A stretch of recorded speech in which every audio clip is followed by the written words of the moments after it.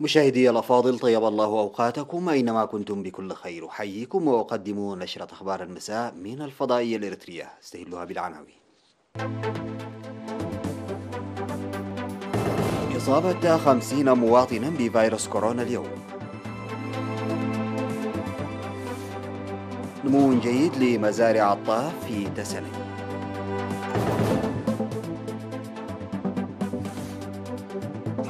أنشطة حماية الآثار في إقليم شمال البحر الأحمر. واشنطن تطالب في الأمم المتحدة بسحب القوات الأجنبية من ليبيا. بوريل وبلينكن يناقشان إصلاح العلاقات بين الاتحاد الأوروبي والولايات المتحدة. 6 قتلى جراء تسرب مواد كيميائية في مصنع للأغذية في ولاية جورجيا. السلام عليكم ورحمة الله. أعلنت وزارة الصحة أن الفحوصات المخبرية التي أجريت اليوم 29 من يناير في مراكز العزل وأقسام استقبال المرضى في أقاليم القاشبركة وشمال البحر الأحمر والأوسط أظهرت إصابة 50 مواطنا بفيروس كورونا.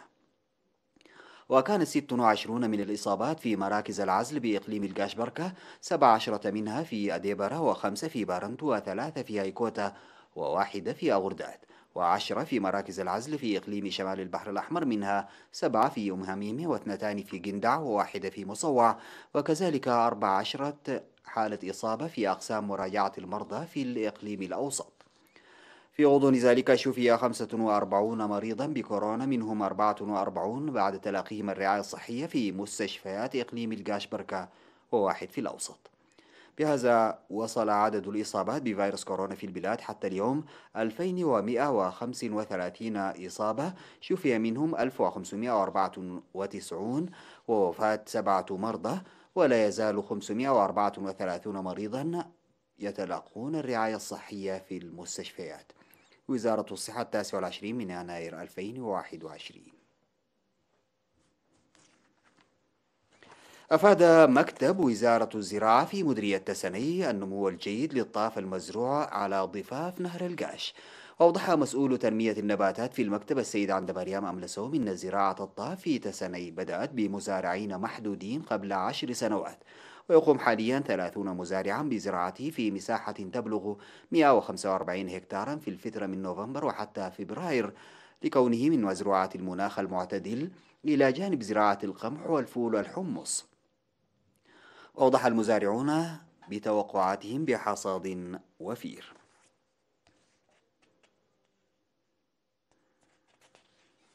أفاد متحف إقليم شمال البحر الأحمر بأن أنشطة جادة جارية لحماية الآثار وحفظها. وأوضح المكتب عن أنشطة الحفاظ على مبنى قبي المشيد أثناء الاستعمار المصري وآثار ميناء عدوليس الأثري. وأوضح مسؤول حماية ومتابعة الآثار التاريخية السيد تاعقسي بيدو إن أعمال الحفاظ جارية لمبنى قبي الذي شيده مدير ميناء مصوع في الفترة من عام 1872 وحتى 1875 المدعوم زنجر، وقد تم حفظ بعض الآثار في المتحف ونقل البعض الآخر إلى مكان آمن. من جانبه أوضح مسؤول البحوث في متحف إقليم شمال البحر الأحمر السيد إسياس تسفازجي بشأن ميناء عدوليس الأثري أن الموقع الأثري ظل ينجرف وتتراكم عليه الطمي من سيول أودية علي قدة وكوميلي وحداس، وتبذل جهود لحمايته ببناء حاجز تحويلي للسيول إلى جانب أعمال التنقيب. وأشاد بالأنشطة الفعالة التي يقوم بها سكان أفتة وزلا لحماية الموقع الأثري. يذكر أن أنشطة الترميم والحماية جرت عام 2014 لمسجد الصحابة التاريخي.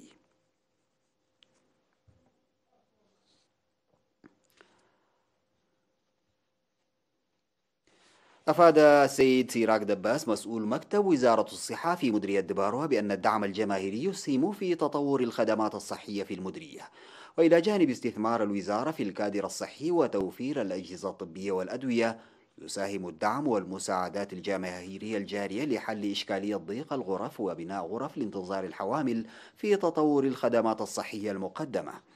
ووفق المعلومات التي أدلى بها السيد سيراك بأن الدعم الجماهيري ساعد في ارتفاع نسبة الولادة في المؤسسات الصحية بنسبة 45% في عام 2020 بحوالي 900 من عام 2019.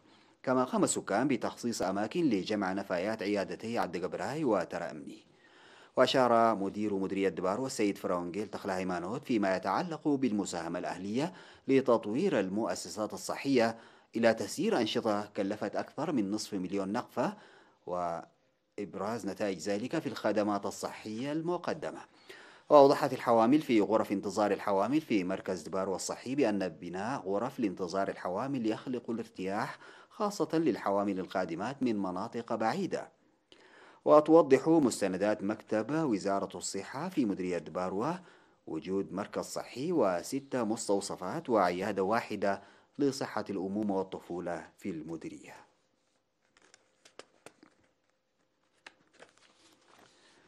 قدم أعضاء الشرطة في إقليم شمال البحر الأحمر إعالة سنة لستة أسر شهداء في إطار برنامج العاملين في المؤسسات الحكومية في الإقليم لمساعدة أسر الشهداء. وقال قائد شرطة المرور في إقليم شمال البحر الأحمر الرائد نرأيوس أجاي إن المبادرة تعكس القيم النبيلة للشعب الإريتري وثقافته الثورية. وأفادت المعلومات الواردة من الإقليم إن العمل الذي بدأ في مدينة مصوع يتواصل في مديريتي جندع وقلعلو، واستفادت منه حتى الآن 38 أسرة شهيد. ويشمل الدعم العون المالي إضافة إلى صيانة المنازل. وأوضح مسؤول الرعاية الاجتماعية في مكتب وزارة العمل والرعاية الاجتماعية في إقليم شمال البحر الأحمر السيد إسماعيل عثمان إن الدعم الشعبي لأسر الشهداء له مضمون كبير. بعد الفاصل سادتي أعود بالأخبار الخارجية.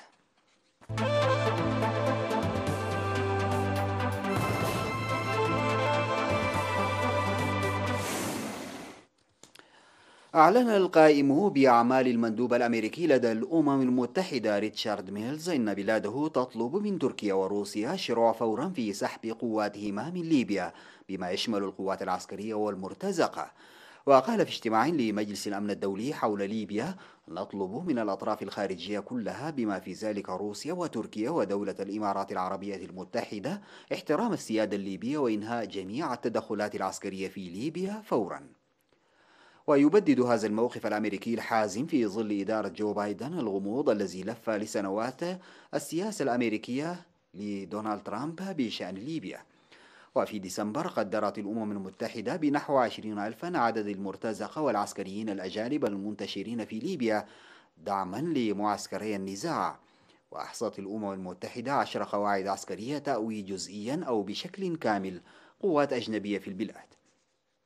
ووفق الأمم المتحدة لا يزال حظر التسليح المفروض على ليبيا يتعرض للانتهاك مع استمرار وصول طائرات شحن مشبوهة إلى شرق وغرب البلاد.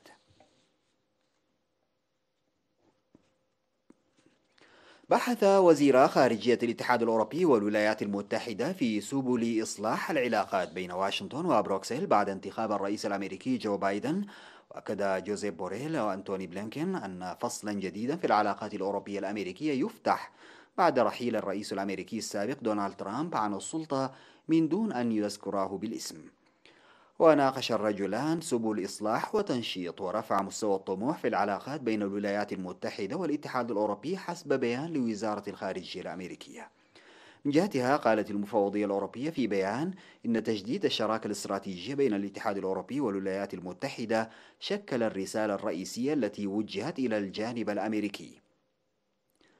وشدد الاتحاد الأوروبي على ضرورة التبادل في مجال تعزيز التعددية والنظام العالمي القائم على القواعد، مشيدا بعودة الولايات المتحدة إلى اتفاق باريس للمناخ ومنظمة الصحة العالمية.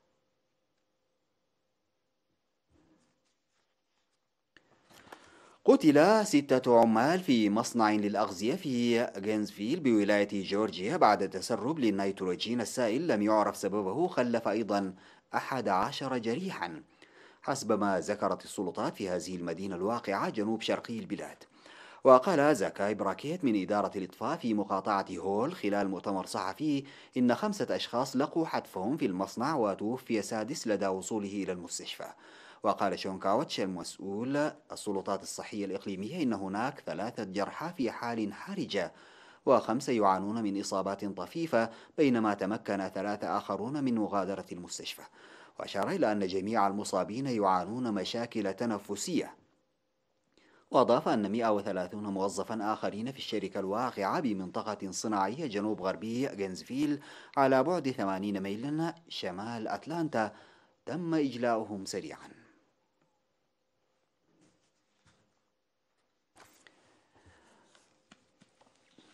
تمكن المتسلقان السلوفينيان جانجا غارنبريت ودومين شوكوفيت من إنجاز مهمة شاقة وخطيرة، ألا وهي تسلق 360 مترا للوصول إلى رأس أعلى مدخن في أوروبا، والتي تقع في محطة توليد كهرباء تروبولي في سلوفينيا.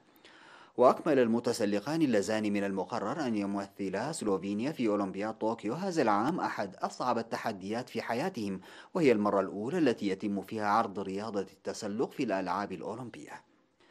وبنيت هذه المدخنة التي تحتوي أو بنيت هذه المدخنة في عام 1964 وأصبحت قيد الاستخدام في عام 1966، واستغرق تشييد هذه المدخنة 210 أيام، حيث تم بناؤها من الإسمنت المسلح والفولاذ الصلب. وتعد هذه المدخنة الأعلى في أوروبا، بينما تقع أعلى مدخنة في العالم في محطة بمدينة إكباستوز في كازاخستان، حيث يبلغ ارتفاعها 419 متراً.